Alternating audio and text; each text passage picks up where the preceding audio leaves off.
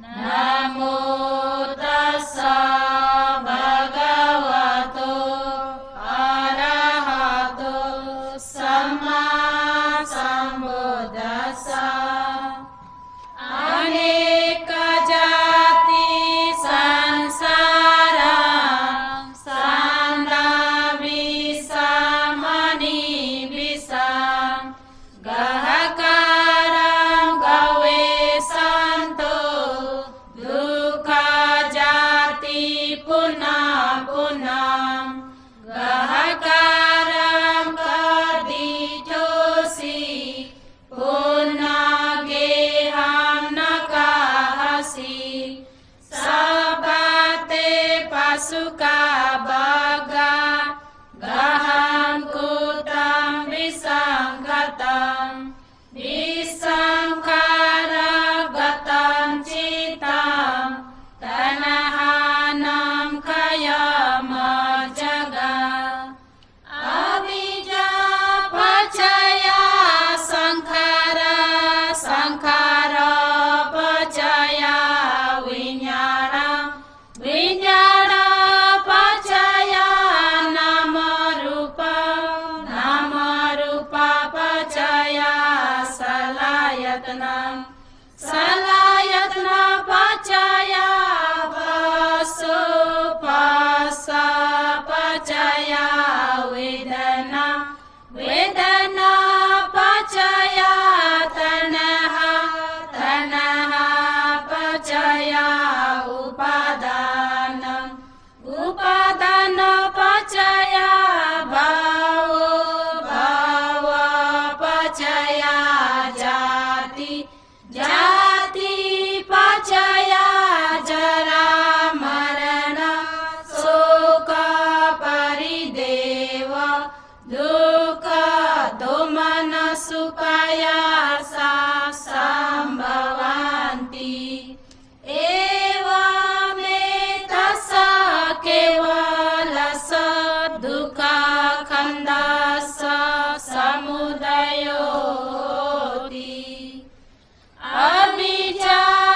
अविद्यायतेव अशेष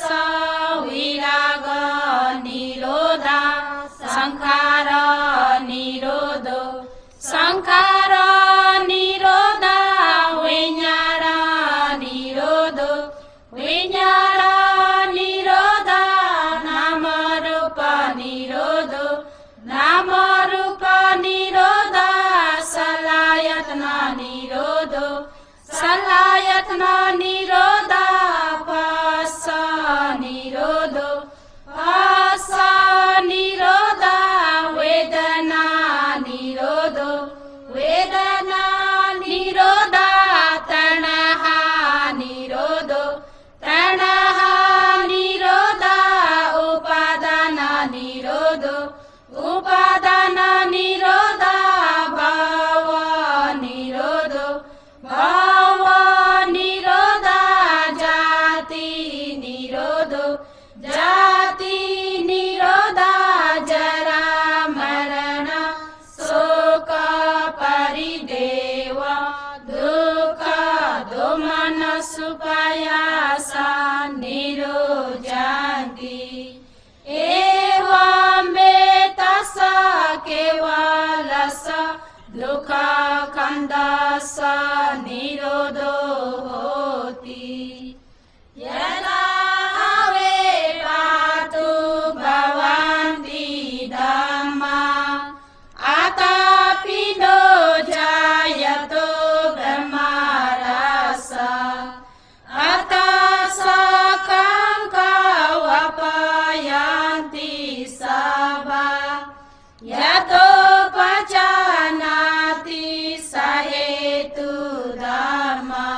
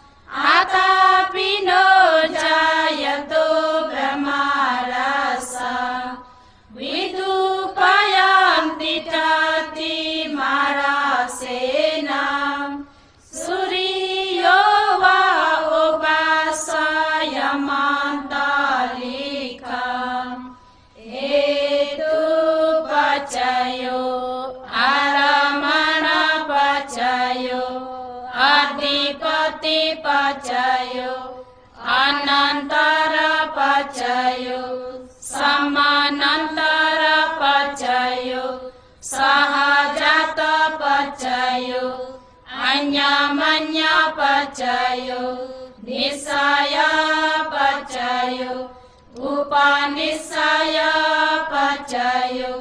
पूर्वजात पचयो पश्चाजात पचयो आसेवन पचयो काम पचयो विपाक पचयो आहार पचयो इंद्रिय पचयो ज्ञान पचयो मार्ग पचयो समयुक्त पचयो विपयुक्त पचयो अर्थी पचयो नार्थी पचयो विगत पचयो अविगत पचयो जयन्तो बोधिया मूले सख्यानां नन्ति वर्धनो एवमेव जयो होतु जयसु जय मङ्गले अपराजिता पलङ्के शिशे पुतु विपुकले अभिषेके सब बुधानां अगपतोपमोदति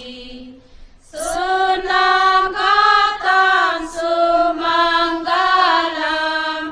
सुप्रभातं सुहुदितं सुखानो सुमुहूर्तो च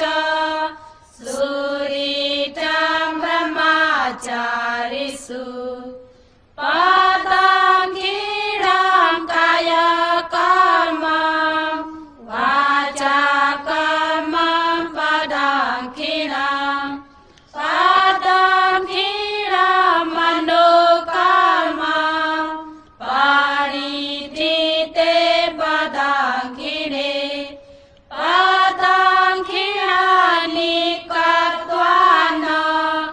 लभन्ते पदाङ्गिरे ते अदलदा सुखिता विरुला बुध शासने आरोगा सुखिता होता सह सबे ही ज्ञातिभि ते अदलदा सुखिता विरुला बुध शासने आरोगा सुखिता होता सह सबे ही ज्ञातिभि ते अदलदा सुखिता विरुला बुध शासने आरोगा सुखिता होता सह सबे ही ज्ञातिभि बुधां बुझेमि धर्मं बुझेमि संघं बुझेमि बुद्धो लोके समुपनां हिताय सर्वपाणिनां धर्मो लोके समुपनां सुखाय सर्वपाणिनां संघो लोके समुपनां पुण्यकृतं सर्वपाणिनां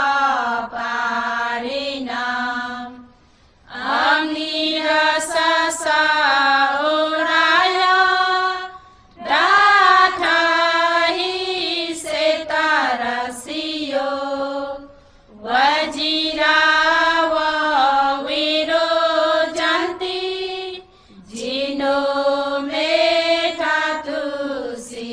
सके। अचिन्तेय अचिन्तेय अचिन्तेय बुद्ध गुरु अनन्तो धर्म गुरु अनन्तो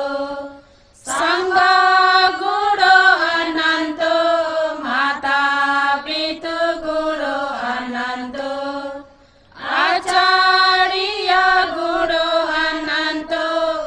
अहं वदामि सर्वदा। नमो तस्स भगवतो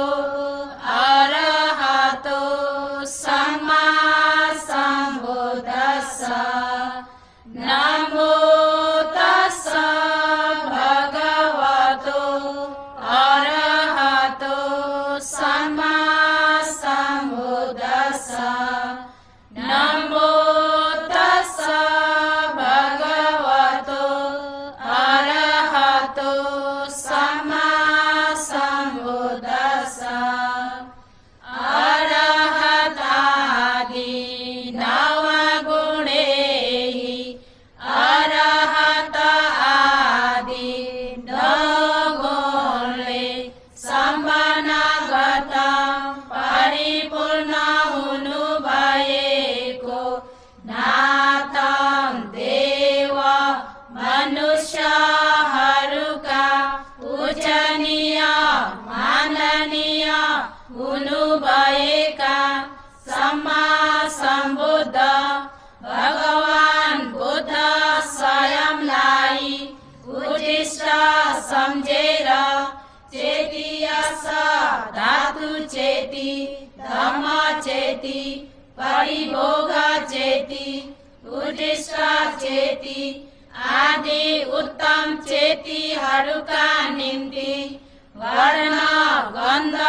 रस सम्पन्न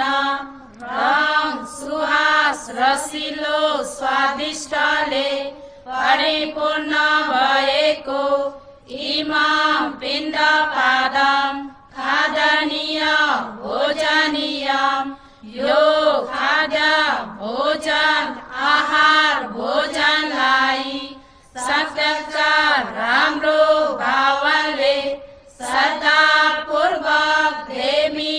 अर्पण गर्दछु। उजेमी पूजा गर्दछु। इमाम उदाकन भोजनीय यो पिउने जल पानीलाई वर्ण गन्ध रस सम्पन्न रङ सुहास रसले परिपूर्ण भएको इमाम फुपम यो फुललाई पर्वावरेही उज्यालो प्रकाशले अन्धकारलाई विनाश गरिदिने इमाम दीपम जलम यो दीपको ज्वालोलाई सत्कार राम्रो श्रद्धा भावनले श्रद्धापूर्वक देवी अर्पण गर्दछु भन्ते। उजेमी पूजा गर्दछु भन्ते। ओकास ओकास ओकास काय कर्म वचन कर्म मनोकर्म आदि तीन कर्महरूमध्ये कुनै कर्मले अज्ञानवश गरिएका कुनै दोष रहेछन् भने पनि ती सबै दोषहरूबाट सुविमुक्त हुनका लागि प्रथम द्वितीय तृतीय एक बार दुई बार तीन बारसम्म बुद्ध रत्न धर्म रत्न सङ्घ रत्न भनी अनन्त श्रेष्ठ गुणहरूले सम्पन्न भई प्रसिद्ध हुनुभएका परम पूज्य तीन रत्नलाई अभिमान रहित श्रद्धापूर्वक सनम्र दुई हात जोडी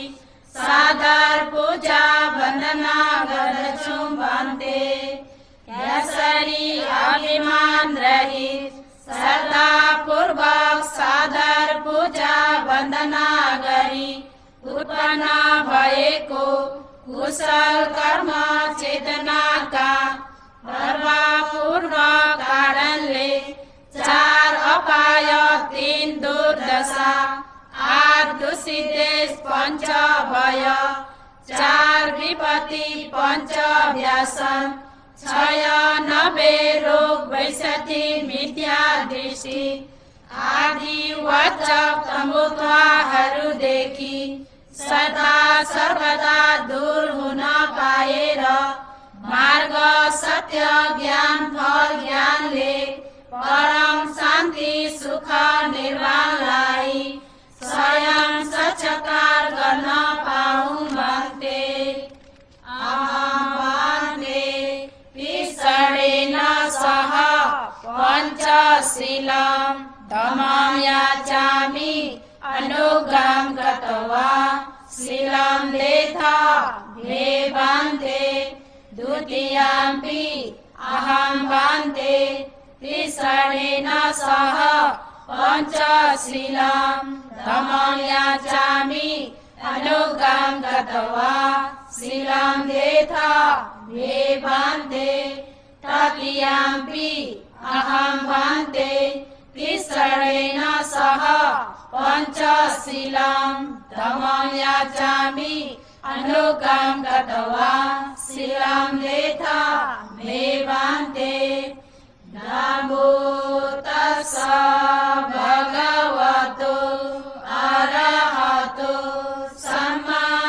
सम्बुद्धिस्सा नमो तस्सै भगवतो अरहतो सम्मा सम्बुद्धिस्सा नमो तस्सै भगवतो अरहतो सम्मा सम्बुद्धिस्सा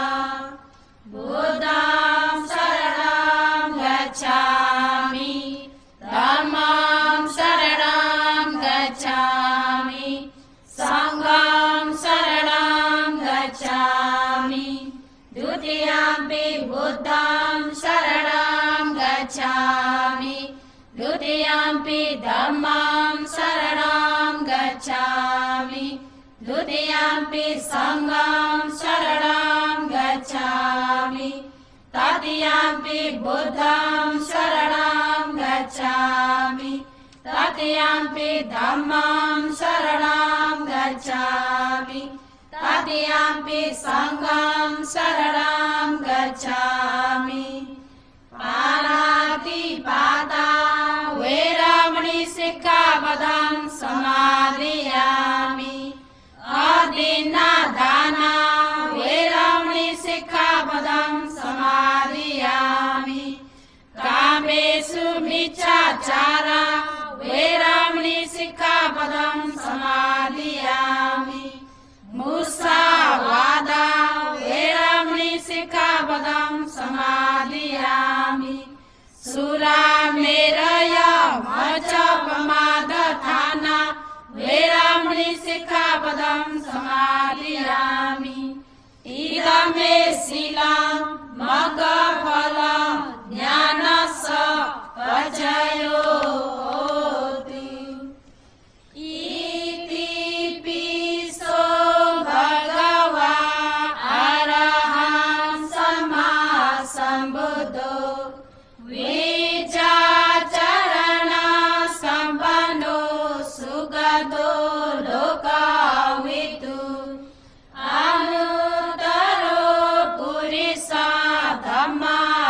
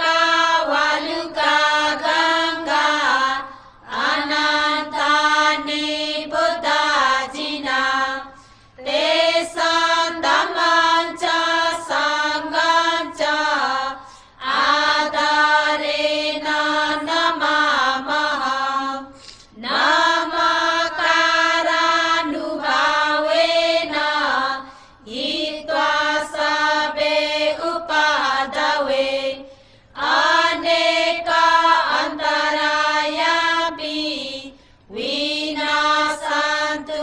अशेषतो समन्ता चक्रवालेषु अत्र गच्छन्तु देवता सद्मा मुनिराजस शृण्वन्तु सगामोखदम् धर्मशास्त्रविचारक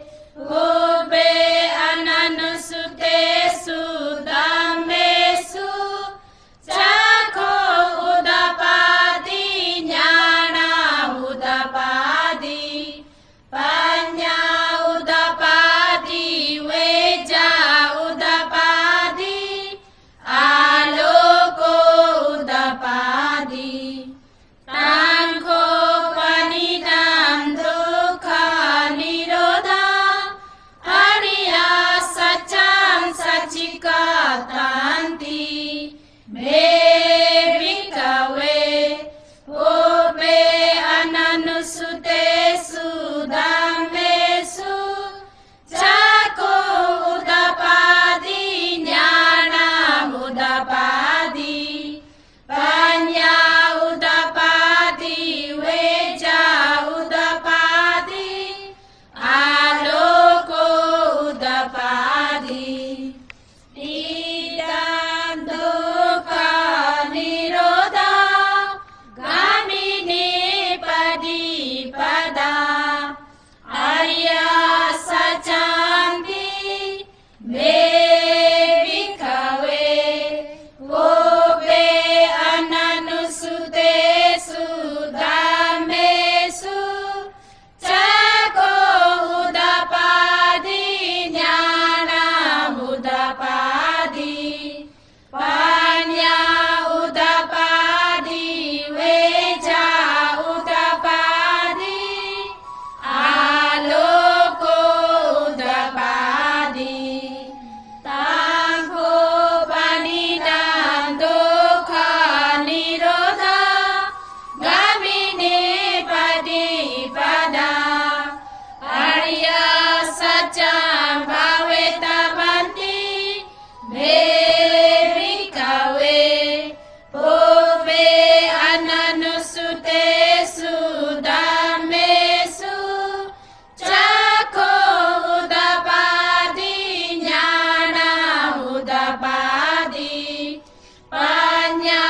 उदपादि वेचा उदपादि आलोको उदपादि तांको पनिदान दुःख निरोधा गामिनी पदा आर्य सच्चां भावेतान्ति मे भिक्खवे वोपे अननुसुतेषु धम्मेषु चाको उदपादि ज्ञानमुदपादि पञ्ञा उदपादि वेचा उदपादि आलोको उदपादि यावकी वाचा मे भिक्खवे इमेषु चतुषु आर्य सचेषु एवान्ति परिवर्तं द्वादशाकारं यथा बुद्धं ज्ञानदर्शनं न सुविशुद्धमहोसि नेव तवहं भिक्खवे सदेवके लोके समरके ब्रह्मके समण ब्रह्मणिया प्रचाय सदेव मनुष्याय अनुत्तरं सम्मा सम्बुद्धि अभिसम्बुद्धोति पञ्चान्यासि यातो चाको मे भिक्खवे इमेषु चतुषु आर्य सचेषु एवान्ति परिवर्तं द्वादशाकारं यथा बुद्धं ज्ञानदर्शनं सुविशुद्धमहोसि अथाहं भिक्खवे सदेवके लोके समरके ब्रह्म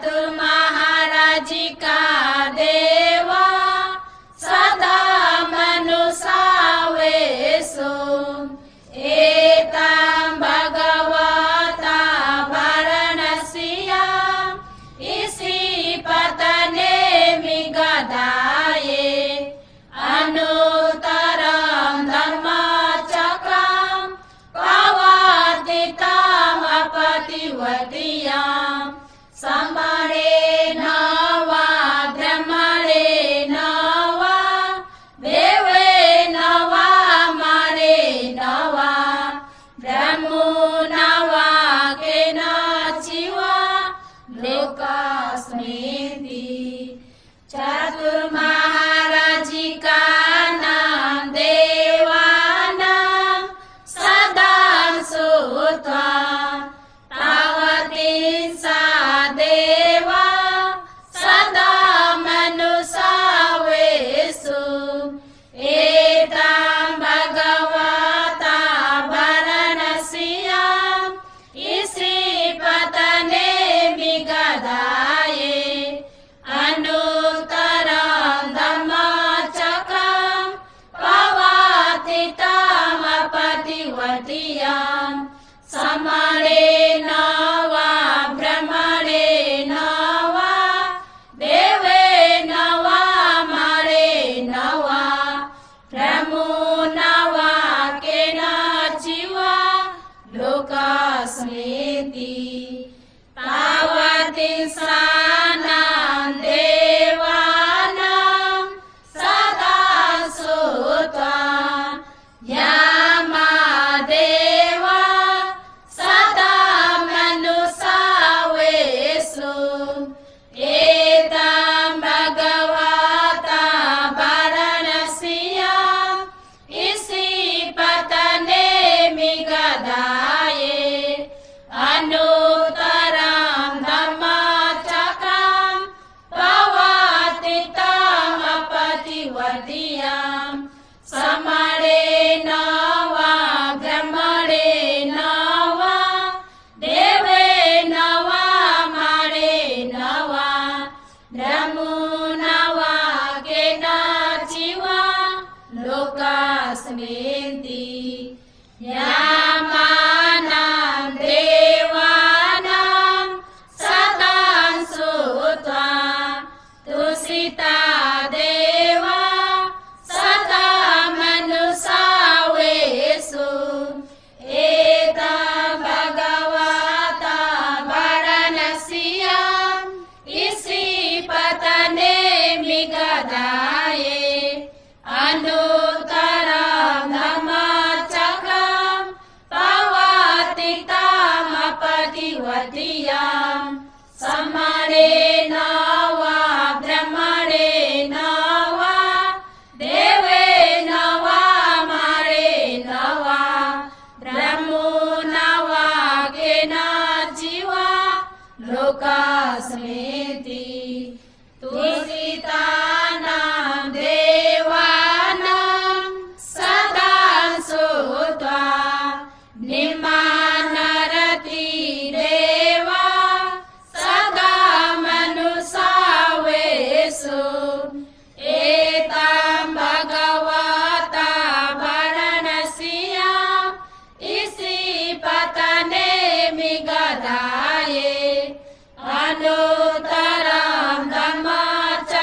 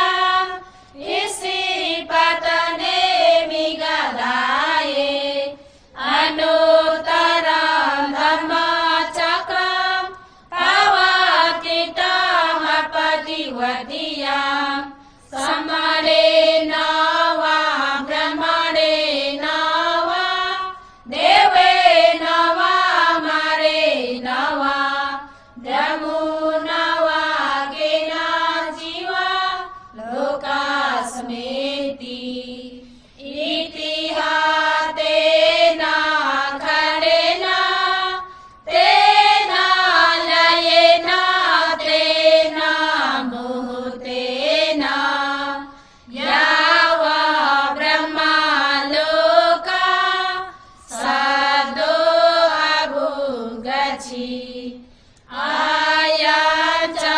दश सहसि लोकधातु संकम्पि संपकम्पि संभावेदि अपमारो च उनारो ओवासो लोके पातु रहोसि अतिकमा देवानां देवानुभावन्ति आतको भगवा इमां उदानेसि अन्यासि वतगो कौडन्यो अन्यासि वतगो कौडन्योति इति इदम् आयास्मतो कौडन्यास अन्यासि कौडन्यो त्वेवा नामम् अहोसि आतको आयास्मा अन्यासि कौडन्यो दिठाधम्मो पताधम्मो विदिताधम्मो परियोगधाधम्मो प्रेरणा विजिकीर्षो विगाता कथां कथो वेसारजापातो अपारापचयो साधु शासने भगवन्तामेतद्नवोच लाभेयाहं वन्दे भगवतो सान्धिके पावचं लभेयम् उपासमदान्ति एहि भिक्खु त्रिभगवा अहोच स्वाखातो धम्मो चर ब्रह्मचर्या सममा दुःखस अन्तक्रियायाति सवतस आयास्मन्तो उपासम्पदा अहोसिद्धि धम्मचक्रं पवतनं सुतं निटितं साधु साधु साधु अहं अवेरो होमि अजापजा होमि अनिगा होमि सुखी अदानं परिहरामि दुःखमुचामि यदा लदा सम्पतितो भावे गच्छामि कमासको सीमाथा सांगो सीमाथा देवता अवेरा होन्तु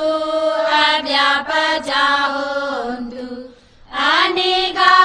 होन्तु सुखी अदानं परिहरन्तु दुःखमुचान्तु यथा लब्धा सम्पतितो भावे गच्छन्तु कमासका मम माता पितु आचार्यो ज्ञातिमित्र समूह भूमाथा देवता रुखाथा देवता आकाशथा देवता आरखा देवता अवेरा होन्तु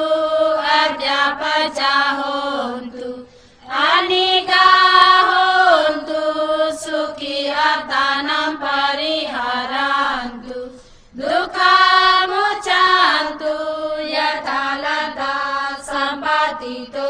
मावे गच्छन्तु कामासका इमास्मिन् खण्डे इमास्मिन् ग्रामे इमास्मिन् विहारे इमास्मिन् नगरे इमास्मिन् देशे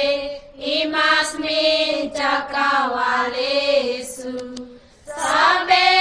सता सबे प्राणा सबे बुद्धा सबे पुगला सबे अंतर्भाव पर्यापन्ना सबा इतियो सबे पुरुषा सबे हरिया सबे अनारिया सबे देवा सबे मनुष्य सबे विनिपातिका अवेला होन्तु राजा प्रजा होन्तु अनिगा होन्तु सुखी अधन परिहरन्तु दुःखमुचन्तु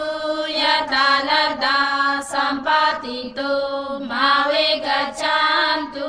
कामासका पूर्वमाय दिशाय पश्चिमाय दिशाय उत्तराय दिशाय दक्षिणाय दिशाय पूर्वमाय अनुदिशाय पश्चिमाय अनुदिशाय उत्तराय अनुदिशाय दक्षिणाय अनुदिशाय हेतिमाय दिशाय उपरिमाय दिशाय सबे सदा सबे प्राणा सबे बुद्धा सबे भुगला सबे अंतर्भाव पर्यापन्ना सबा इतियो सबे पुरुषा सबे हरिया सबे अनारिया सबे देवा सबे मनुष्य सबे विनिपातिका अवेला होन्तु अव्यापचा होन्तु अनिगा होन्तु सुखी अधन परिहरन्तु दुःखमुचन्तु यथा लब्धा सम्पत्तितो मावे गच्छन्तु कामासका उद्रर्या वा भववाच आदोया वा अविजितो समन्ता चक्रवालेषु ये सदा पठावि जरा अव्यापचा निवेराच निदुःखाच नुपदवा उद्धर्या वा भवकाच आदोया वा अविजितो समन्ता चक्रवालेषु हे सदा उदके जरा अव्यापचा निवेराच निदुःखाच नुपदवा उद्धर्या वा भवगाच आदोया वा अविजितो समन्ता चक्रवालेषु हे सदा आकाशे चरा अव्यापचा निवेराच निदुःखाच नुपदवा जपतं कुशलं तस्स अनुभावेन पाणिनो सपसदमराजस ज्ञात्वा धर्मसुरावहं पापुरा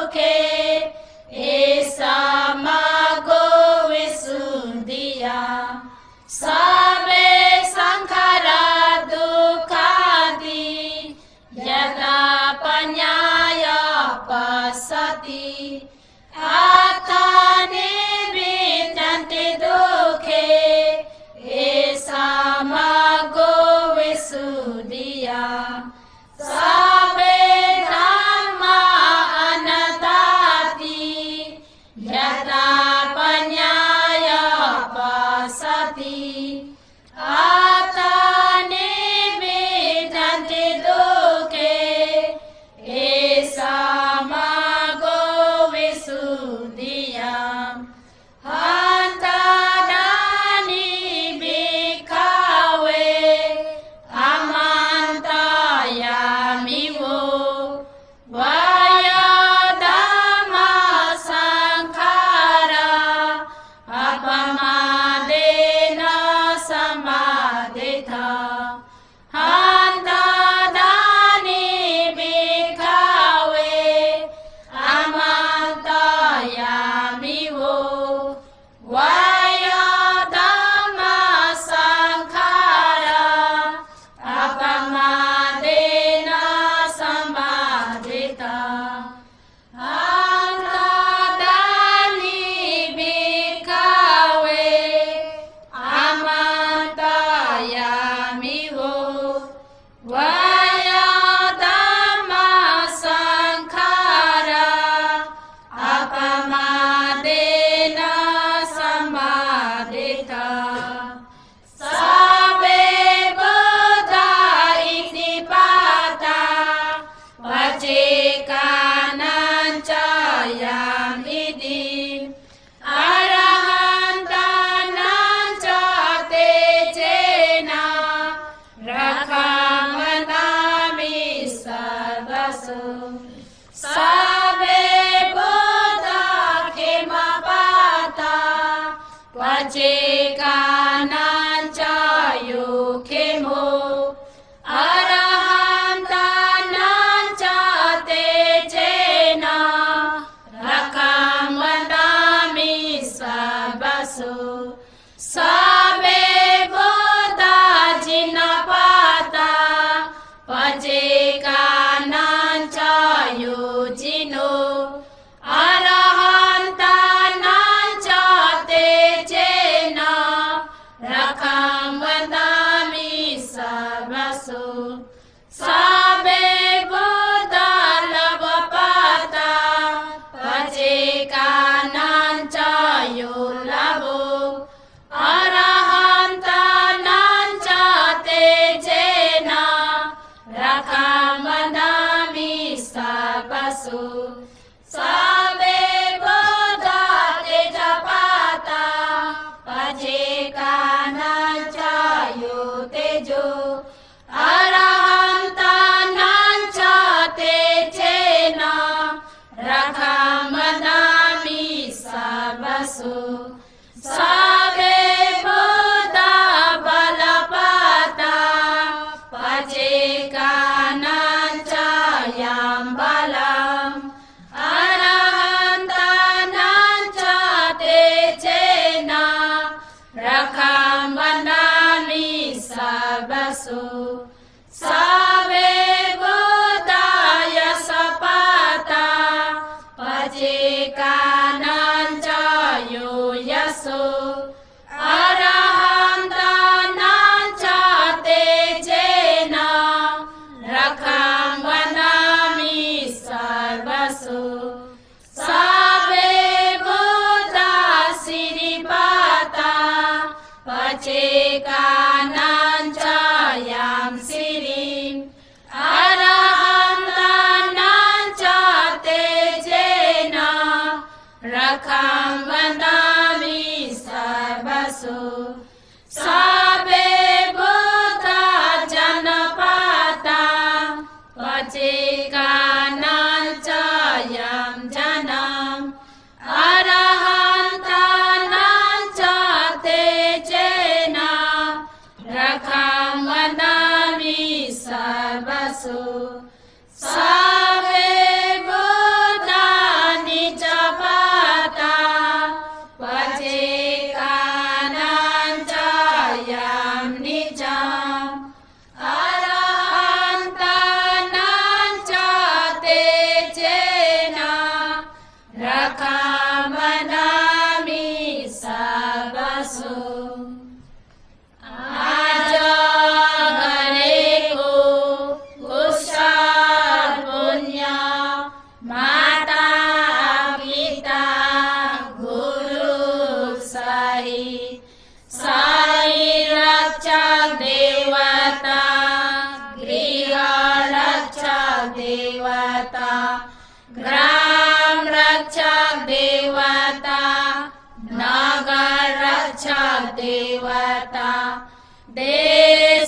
रक्षक देवता,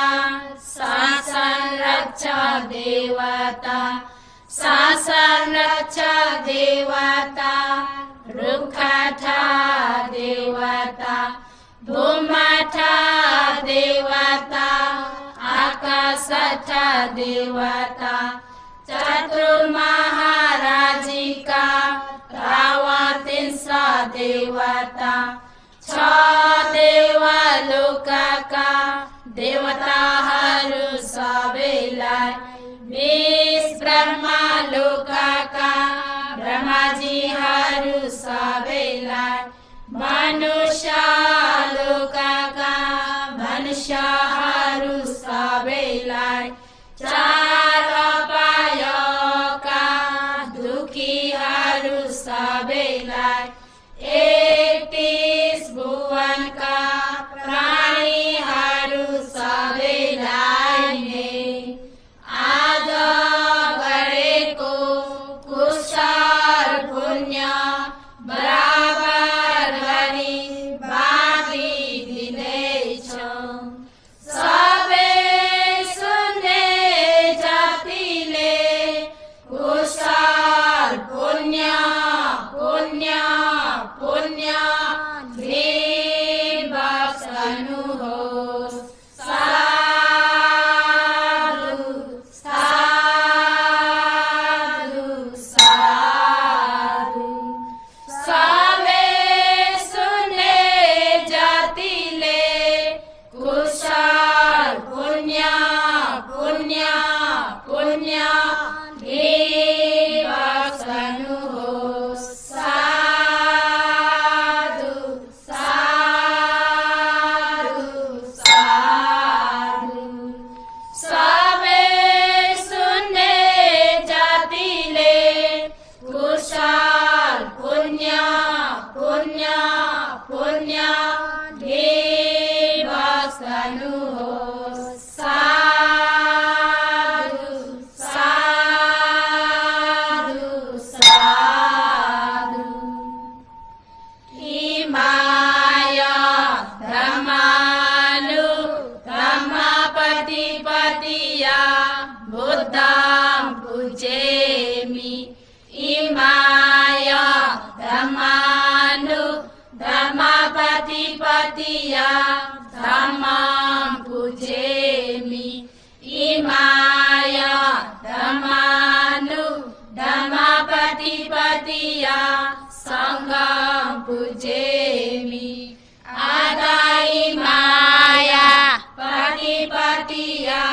जाति जरा व्याधि मरणः परिमुच्यसामि। इदमे पुण्यम् आसवक्षयं महाहोतु। इदमे पुण्यं निर्वाणस्य पचयो होतु। इदमे पुण्यं सबे सतानाम् अनुमोदन्तु। एतावता च अमेहि सम्पदं पुण्य सम्पदं सबे देवानुमोदन्तु।